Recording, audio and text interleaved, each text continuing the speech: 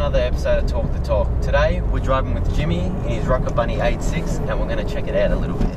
Yeah. So Jimmy, what got you into cars in the first place? Well, if everyone remembers the game, Need for Speed Underground 1, that was what got me into it. And playing racing games like Daytona and Crash Bandicoot, I mean, they're all good, but as soon as Need for Speed Underground came, it was like a game changer. Like, it's just like, wow, with realistic cars, you know, like actual cars in the real world, and then with body kits you can upgrade, like front bumper, rear bumper, side skirts, all those things, adding nitrous and stuff like that was what got me into cars, and then along by it, Fast and Furious as well.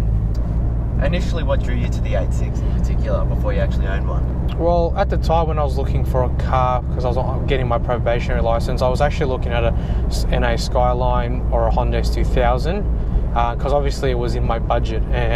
But at the same time, my parents were like, oh, you know, get a new car, get a newer car, more reliable. Those cars will always, you know, be in the workshop. And at the time, in 2014, the new cars weren't really sporty. The only one that was an 86, and that was, you know, obviously P plates, you're restricted to a certain car, but an 86 wasn't. So I thought, oh, I'll go have a look at an 86. I like the interior of it. It's still like modern and new.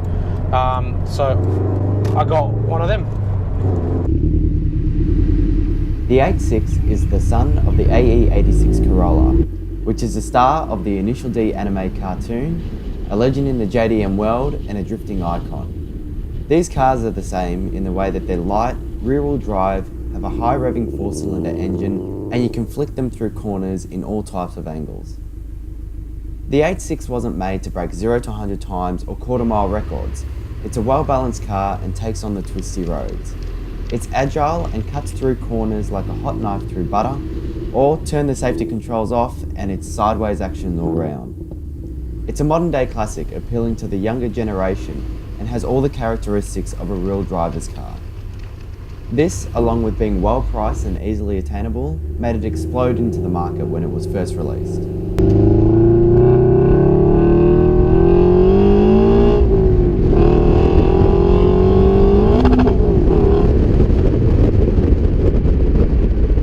So what have you actually done to the car since you bought it, modification-wise? As you can see, I've done quite a bit.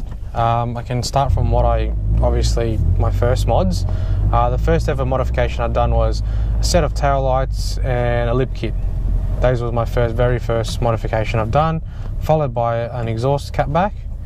And then I sort of stayed there for a couple months.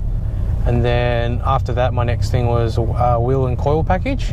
Yeah. So then after that, I stayed like that for probably a good 7 months, just happy sitting where I am, and thought, you know, that's the end of it. I think I'm happy with where my car is and I don't want to do any more, because obviously it's not cheap. It's an expensive hobby to have. But and then, you know, I was looking online pictures of from America, and I saw like, oh, what's this Rocket Bunny kit? And everyone was telling me to go Rocket Bunny, and I had no idea what it was, you know.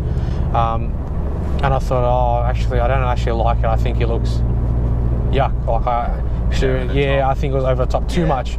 But I don't know how it grew on me. I think there's a video on YouTube that I was watching. I typed in Turd 86, and it was the top one. It was a Rocket Bunny in America, and it was a white one as well. And I watched the video of it, and it was a really good transition video of it. And I thought, okay, and I did some research and thought, oh, how much it's going to cost, and had a look at what wheels I could get. And yeah, just from there on, I went for it and couldn't be happier. What's one thing you'd change about the car? If money was no option, what would you do next to it? Look, everyone knows that it's underpowered, which I highly agree with. One thing I'd do is I would do a full engine swap, and I'd swap a 2JZ with it. That's what I'll do. I've had a look into it, but it's very expensive, and I can't justify spending that much unless I won the lotto or something. Someday. Yeah, someday. Out of the factory, this car has the less is more mentality. But with this example, more is impractical. It's now truly a form over function car. The high angles of car park ramps and speed humps are one of many enemies of his ride. A few months ago, Jimmy actually raised his car an inch or so, just so he could have the luxury of full locking his steering wheel.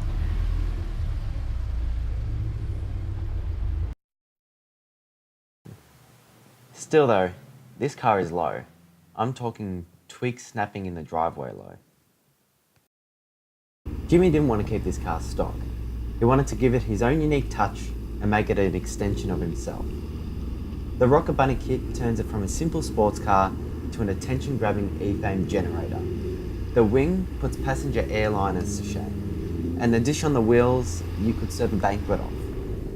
Much like the owner, this car looks puffed up and aggressive, but in reality, it's a softie and plenty of fun. This car's had as many cosmetic changes as Michael Jackson, and in the future will more than likely have as many performance enhancements as some sports stars.